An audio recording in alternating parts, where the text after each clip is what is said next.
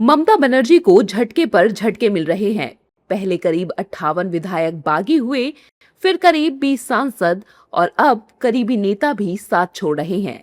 सुखेंदु शेखर के बाद सुष्मिता देव ने भी टीएमसी से किनारा कर लिया है। सुष्मिता देव ने पार्टी और राज्यसभा सदस्यता से इस्तीफा दे दिया है।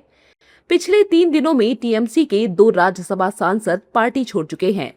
इससे पहले 8 जून को सुखेंदु शेखर ने राज्यसभा से इस्तीफा दे दिया था, पार्टी भी छोड़ दी थी। सुष्मिता देव का कहना है कि अब वो टीएमसी में नहीं है, लेकिन उनकी राजनीति जारी रहेगी। देखिए, राजनीति तो जारी रहेगी। राजनीति करने के बहुत तरीके हैं, पर मैं चाहती हूँ कि आसाम के लोगों की सेवा करूँ। सुष्मिता देव का कहना है कि वो ममता बनर्जी के बारे में कोई टिप्पणी नहीं करेंगी, लेकिन उनके बयान साफ कर रहे हैं कि उनका फ्यूचर स्टेप क्या होगा। हेमंतदा के साथ मेरा बहुत पुराने दिन से हमने कांग्रेस में भी एक साथ काम किया था। So I give a courtesy visit. देखिए, तृणमूल में क्या हो रहा है, क्या नहीं हो रहा है, अभी भी तृणमूल में बहुत सारे सांसद हैं और बहुत सारे विधायक हैं, उनसे पूछिए। मैं तृणमूल छोड़ चुकी हूँ और मैं ममता दीदी को लेकर कोई कमेंट नहीं करना चाहती। पश्चिम बंगाल की सत्ता से बाहर होते ही ममता बनर्जी की पार्टी ताश के पत्ते की तरह बिखरती जा रही है। वहीं टीएमसी के बागी नेता इसके बारे में ममता बनर्जी को ही जिम्मेदार मान रहे हैं।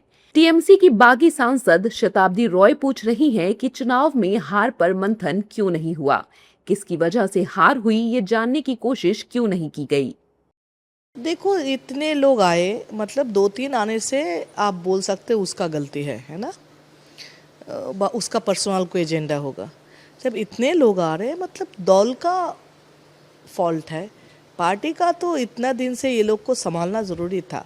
ऐसा नहीं है कोई बच्चे हैं उसको संभालते, लेकिन इनका हो सकता है छोटा मोटा क्वेरी था, छोटा मोटा रिस्पेक्ट चाहिए था, छोटा मोटा डिसीजन बताना था। डिसीजन लेना है ऐसा नहीं है।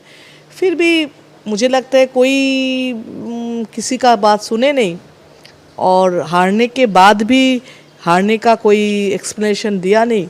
हारने का डिस्कशन, क्यों हारे उसका डिस्कशन हुआ नहीं। अगर हारने का डिस्कशन नहीं होगा तो अगले बार आप जीतोगे कैसे। वहीं छत्तीसगढ़ के पूर्व उप मुख्यमंत्री और कांग्रेस नेता टीएस सिंहदेव ममता बनर्जी का समर्थन कर रहे हैं और साथ छोड़ने वाले नेताओं को अवसरवादी बता रहे हैं।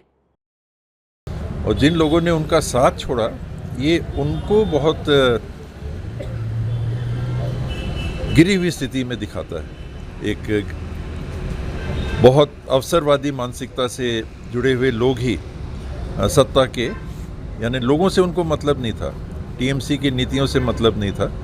अभी जो भी वो बातें, जो भी बहाने कर रहे हैं, वो जो हॉस्पिटल में दुर्घटना हुई थी, बड़ी दुर्घटना हुई थी, उसका हवाला दे रहे हैं, तो उन लोग को उसी समय छोड़ना था, उसी समय विरोध करना था। कुल मिलाकर कहा जाए तो पश्चिम बंगाल विधानसभा चुनाव में मिली हार के बाद टीएमसी एक बड़े आंतरिक विद्रोह और तूफान का सामना कर रही है। बागियों के निशाने पर ममता और अभिषेक बनर्जी हैं। अब देखना होगा कि ममता बनर्जी इस सियासी तूफान से कैसे निपटती हैं।